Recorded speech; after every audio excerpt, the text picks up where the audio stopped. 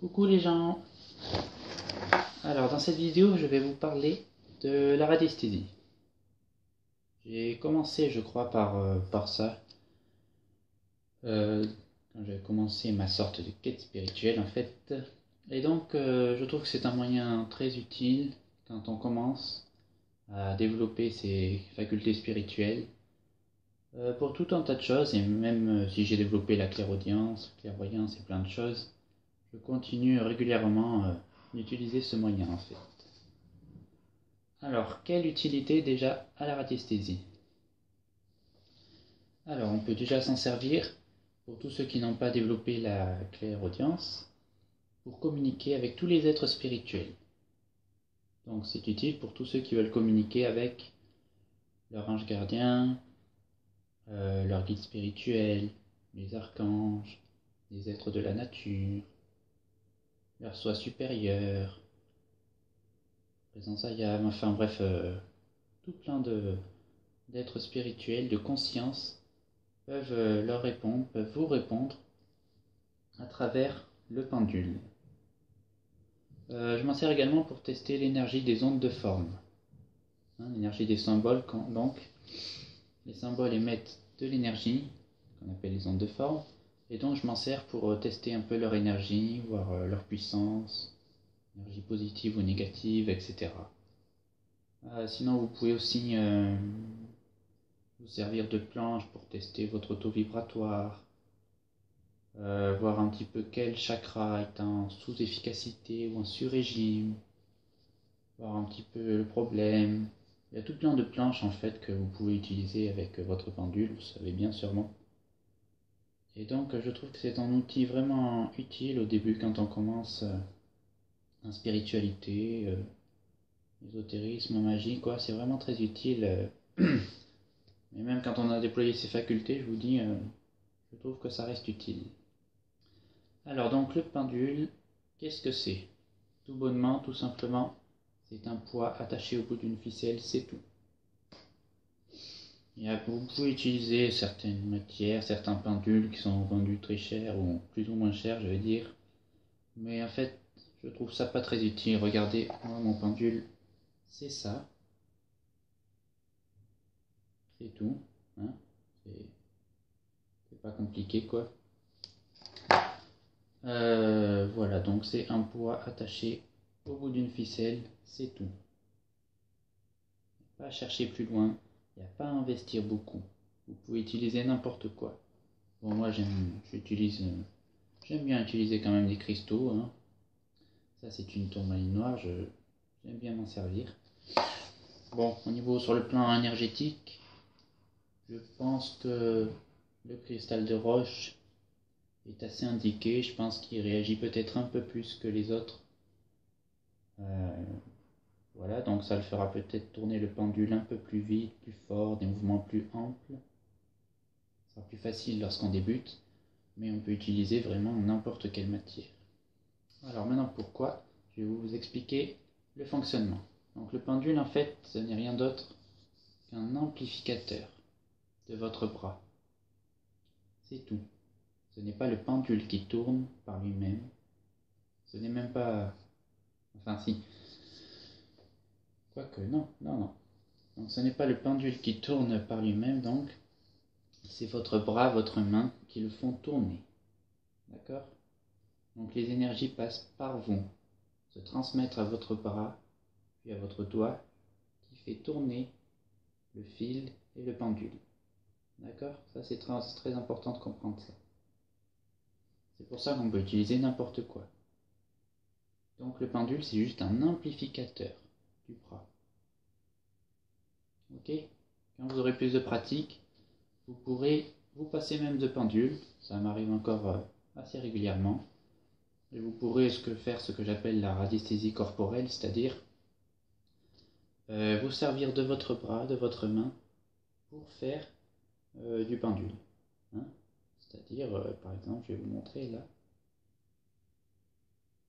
Voilà, juste comme ça, pardon.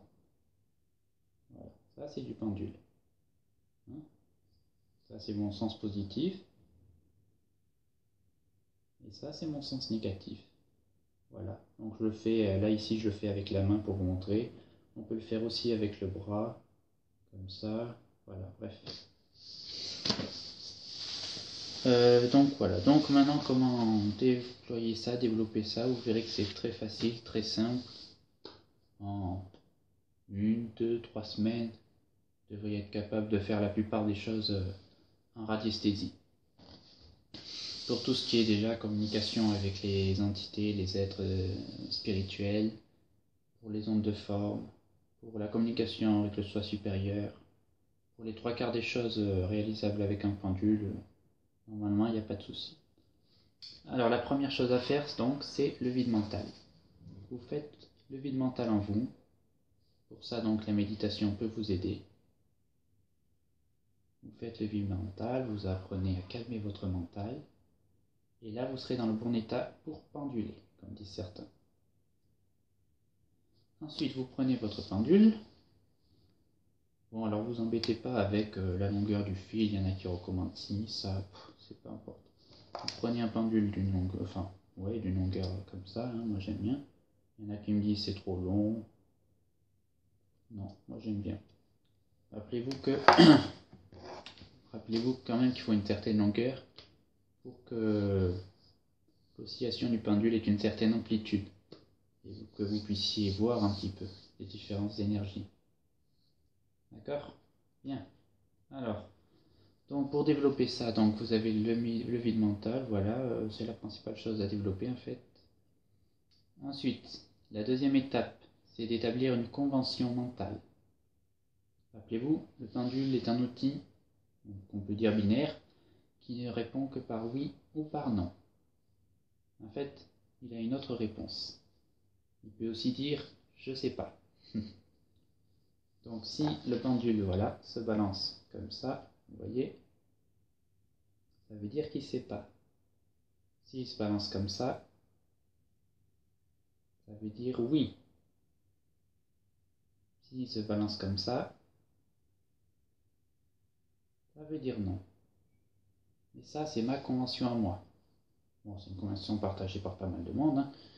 Mais voilà, vous pouvez déterminer votre propre convention. Bon, passons maintenant au cas quand le pendule ne sait pas. Si le pendule se balance comme ça, par exemple, selon votre convention, bien sûr, ça veut dire qu'il ne peut pas répondre à votre question. Donc, dans la plupart des cas, ça veut dire que la question est mal posée. D'accord? Donc, pour communiquer avec le pendule, rappelez-vous, c'est important, il faut que ce soit une question fermée. C'est-à-dire, dont la réponse est soit oui, soit non. Si il ne sait pas, ça veut dire que la question a été mal posée. C'est une question un petit peu ambiguë ou sujette à plusieurs paramètres qui peuvent évoluer ou autre. Voilà. Donc ça c'est important. Donc sinon je reviens juste sur le vide mental, c'est important donc d'être sans attente face à la réponse. Pour ne pas, surtout au début, hein, pour ne pas influencer vibratoirement, car les pensées, vous savez, ont une influence énergétique et vibratoire. Et ça peut avoir une influence sur le pendule, donc ça c'est important. Donc voilà. Donc je vous conseille donc sinon de commencer à vous entraîner en communiquant après avec vos guides par exemple. Voilà, pour des toutes petites questions. Vous pouvez essayer de communiquer aussi avec votre soi supérieur, de demander des réponses. Par exemple, où est caché tel objet ou quelque chose comme ça, en demandant à quelqu'un d'autre de déplacer un objet chez vous par exemple. Et ensuite vous verrez si votre pendule vous donne la bonne réponse. Ça c'est très bien pour voir si le vide mental est appliqué correctement ou pas. Voilà, sinon, qu'est-ce que je voulais vous dire? Oui, sinon au niveau des ondes de forme, vous pouvez, donc, comme je vous l'ai dit, les tester.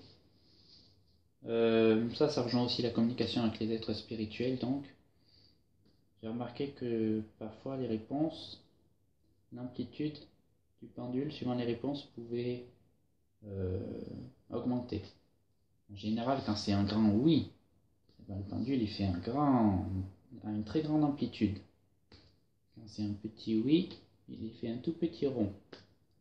Voilà, et ben, c'est un peu pareil pour les ondes de forme, donc vous pouvez tester. Et il y a des symboles comme la Lemnis 4 par exemple, le 8 de l'infini, ou le symbole CKR du Reiki qui ont une grande force énergétique, ou encore la clé de vie de Saint-Germain.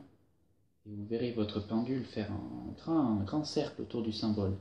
Peu importe la taille du symbole, enfin, si, ça a une importance bien sûr la taille du symbole, mais voilà, alors que d'autres symboles, comme le Taiji par exemple, le symbole du taoïsme, a quand même une amplitude plus faible et normalement, enfin c'est normal puisqu'il a une énergie plus faible.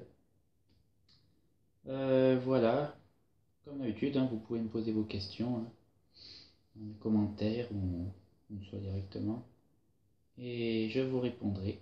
Voilà, bye.